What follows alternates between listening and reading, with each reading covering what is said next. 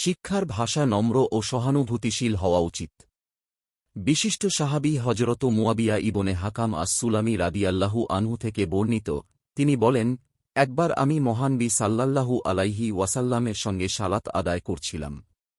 তখন সালাতের মধ্যে কেউ একজন হাঁচি দিলে আমি হাঁচির জবাবে ইয়ারহামুকাল্লাহ বলে ফেলি।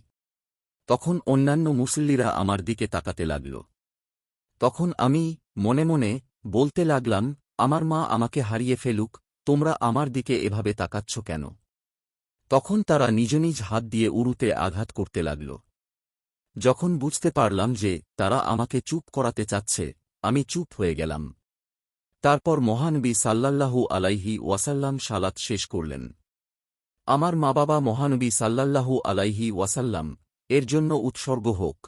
আমি মহানবী সাল্লাল্লাহু আলাইহি ওয়াসাল্লাম এর মতো এত উত্তম শিক্ষক তার আগে পরে কখনো দেখিনি। ওয়াল্লাহি, তিনি আমাকে গালমন্দ অপছন্দ করলেন না এবং আমাকে বকাচকাও করলেন না, মারলেনও না।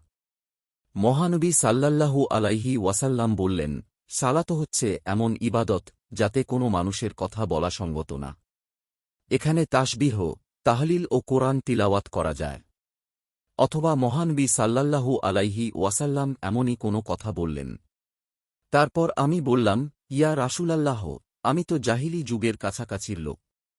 আল্লাহ আমাকে ইসলামের ছায়াতলে এনেছেন। আমাদের অনেকে গণকের কাছে আসা যাওয়া করে। ভবিষ্যতের কথা জানার জন্য আমিও কি যাব? মহানবী সাল্লাল্লাহু আলাইহি ওয়াসাল্লাম বললেন, না, তুমি তাদের কাছেও যেও না। আমি বললাম, আমাদের অনেকে তো কোনো বস্তুকে শুভ ও অশুভ মনে করে থাকে, ভালো মন্দ লক্ষণ নির্ধারণ করে থাকে। মহানবী সাল্লাল্লাহু আলাইহি ওয়াসাল্লাম বললেন, এগুলো এমন অনুভূতি যা মানুষের অন্তরে উদিত হয়। তাই এসব অনুভূতি যেন তাদের কর্মসম্পাদনে বাধা না দেয়। সহিহ মুসলিম 1199, মুসনাদে আহমাদ 23762। শিক্ষা ও বিধান। ১. মহানবী সাল্লাল্লাহু আলাইহি ওয়াসাল্লাম ছিলেন সর্বোত্তম শিক্ষক। তিনি ভুলকারীকে অপমান, গালমন্দ বা কঠোর শাস্তি না দিয়ে কোমলতা ও প্রজ্ঞার সঙ্গে শিক্ষা দিতেন।